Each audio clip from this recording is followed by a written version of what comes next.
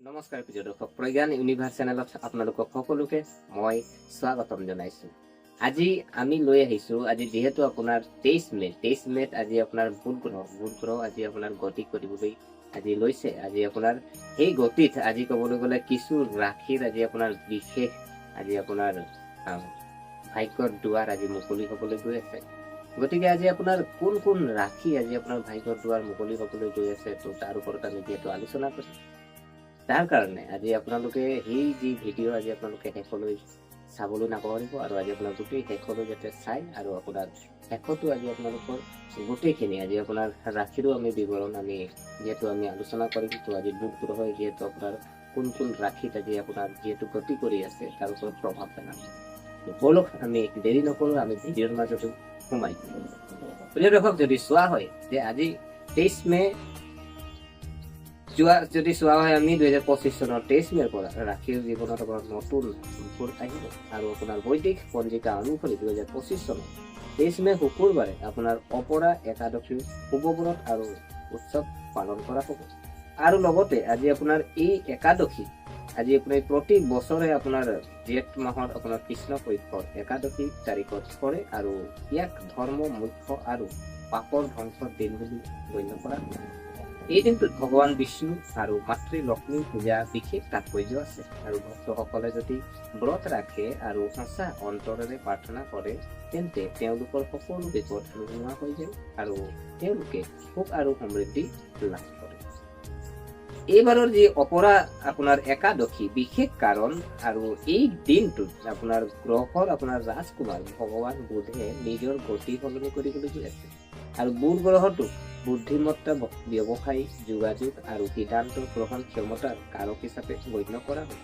আৰু বুধ গ্ৰহই নিজৰ স্থান সলনি কৰাৰ লগে লগে কিছুমান ৰাশিৰ জীৱনলৈ ধনাত্মক পৰিৱৰ্তন আহিবলৈ আৰম্ভ কৰে, আৰু এইবোৰ গ্ৰহৰ এই গতিবিধিয়ে কিছুমান নিৰ্দিষ্ট ৰাশিৰ বিশেষ উপকাৰ দিবলৈ গৈ আছে। আৰু একে সময়তে মে মাহৰ শেষৰ ফালে শুক্ৰ গ্ৰহৰ ৰাশি সলনি হ'ব, আৰু যিয়ে অধিক সৌভাগ্যৰ ইংগিত দিব।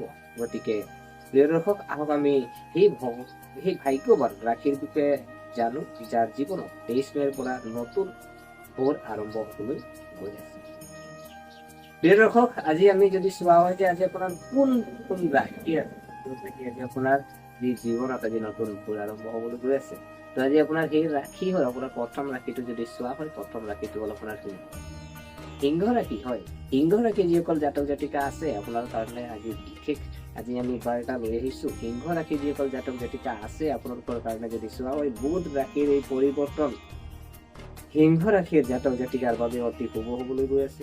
বিশেষকৈ ব্যৱসায় আৰু কেৰিয়াৰৰ লগত জড়িত বিষয়ত বিপুল লাভ দেখা যায়, আৰু বৰ্তমানৰ সমস্যা সমাধান হ'ব।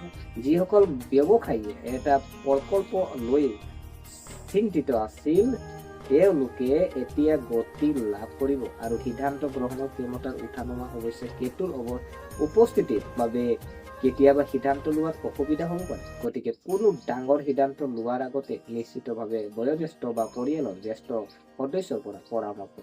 আৰু কৰ্মক্ষেত্ৰত আপোনাৰ কঠোৰ পৰিশ্ৰম ফল হ'ব, আৰু পদোন্নতি প্ৰবল সম্ভাৱনা। লগতে বাকী থকা কাম সম্পূৰ্ণ হ'ব, আৰু আৰ্থিক অৱস্থা উন্নতি হ'ব, আৰু ভগৱান বুধৰ আশীৰ্বাদত ঘৰত সম্প্ৰীতি আৰু সুখৰ পৰিৱেশ সৃষ্টি হ'ব, আৰু পৰিয়ালৰ সৈতে ভাল সময় কটাব।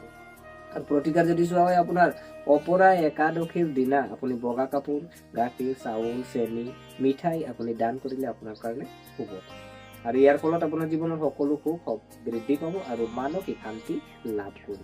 প্ৰিয় দৰ্শক, যিহেতু আমি গম পালো যে আজি আপোনাৰ যিহেতু আমি সিংহ ৰাশিৰ ওপৰত আমি যিহেতু আলোচনা কৰিলো, ইয়াৰ পিছত আমি যদি চোৱা হয়, আজি আপোনাৰ যি আছে আপোনাৰ বৃশ্চিক ৰাশি হয়। বৃশ্চিক ৰাশি যিসকল জাতক জাতিকা আছে, বৃশ্চিক ৰাশিৰ জাতক জাতিকাৰ কাৰণেও আজি আমি কিছু শুভ ফল লৈ আহিছো। আজি বৃশ্চিক ৰাশিৰ জাতক জাতিকাৰ কাৰণে কিনো শুভ ফল লৈ আহিছে জানো আহক।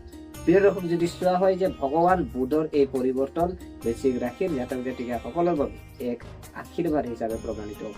বিশেষকৈ চাকৰি আৰু ব্যৱসায় দুয়োটা ক্ষেত্ৰতে লাভৰ প্ৰবল লক্ষণ দেখা গৈছে, আৰু বহুদিনৰ পৰা চাকৰি সলনি বা পদোন্নতিৰ বাবে অপেক্ষা কৰি থকা যিসকল জাতক জাতিকা আছে, তেখেতসকলৰ বাবে হয়তো ভাল খবৰ আহিব পাৰে, আৰু নতুন অফাৰ পোৱাৰ সম্ভাৱনা আছে।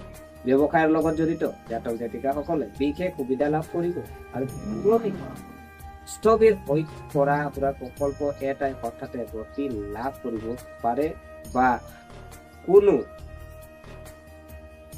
কাম হ'ব পাৰে আৰু আয় বৃদ্ধি আপোনাৰ সম্ভাৱনা আছে আৰু ইয়াৰ ফলত আৰ্থিক উন্নত হোৱাৰ নহয় আপোনাৰ আত্মবিশ্বাসো বৃদ্ধি পাব আৰু ঘৰত কোনোবা শুভ অনুষ্ঠান সংঘটিত হোৱাৰ সম্ভাৱনা আছে।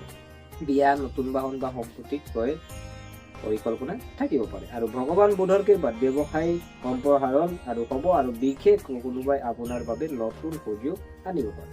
আৰু প্ৰতিকাৰ যদি আপোনাৰ চোৱা হয়, প্ৰতি বুধবাৰে ভগৱান গণেশক আপুনি পূজা কৰি মগু দান আপুনি কৰিব আৰু ইয়াৰ ফলত বুধ গ্ৰহটো শক্তিশালী হ'ব আৰু আপোনাৰ জীৱনত স্থিৰতা।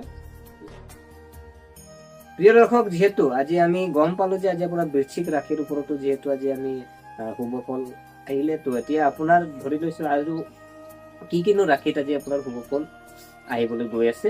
প্ৰিয় দৰ্শক, যদি কৈছে যে আন ৰাশিৰ ওপৰতো ইয়াৰ মৃদু প্ৰভাৱ পৰিব, যদিও বুধ ৰাশিৰ গতি সিংহ আৰু বৃশ্চিক ৰাশিৰ ওপৰত বেছিকৈ দেখা যাব। তথাপিও ইয়াৰ ইতিবাচক প্ৰভাৱ কন্যা ৰাশি হওক, মকৰ ৰাশি আৰু মিথুন ৰাশিৰ ওপৰতো ইতিবাচক প্ৰভাৱ পেলাব পাৰে। বিশেষকৈ যিসকল ব্যৱসায়ী বা চাকৰিৰ যোগাযোগ, লেখা, সংবাদ মাধ্যম, শিক্ষা বা কম্পিউটাৰ সৈতে জড়িত তেখেতসকলৰ বাবে এই পৰিৱৰ্তন অনুকূল বুলি প্ৰমাণিত হ'ব পাৰে। আৰু বুধ গ্ৰহটো বুদ্ধিমত্তা, যোগাযোগ, ব্যৱসায় আৰু যুক্তি শক্তিৰ সৈতে জড়িত।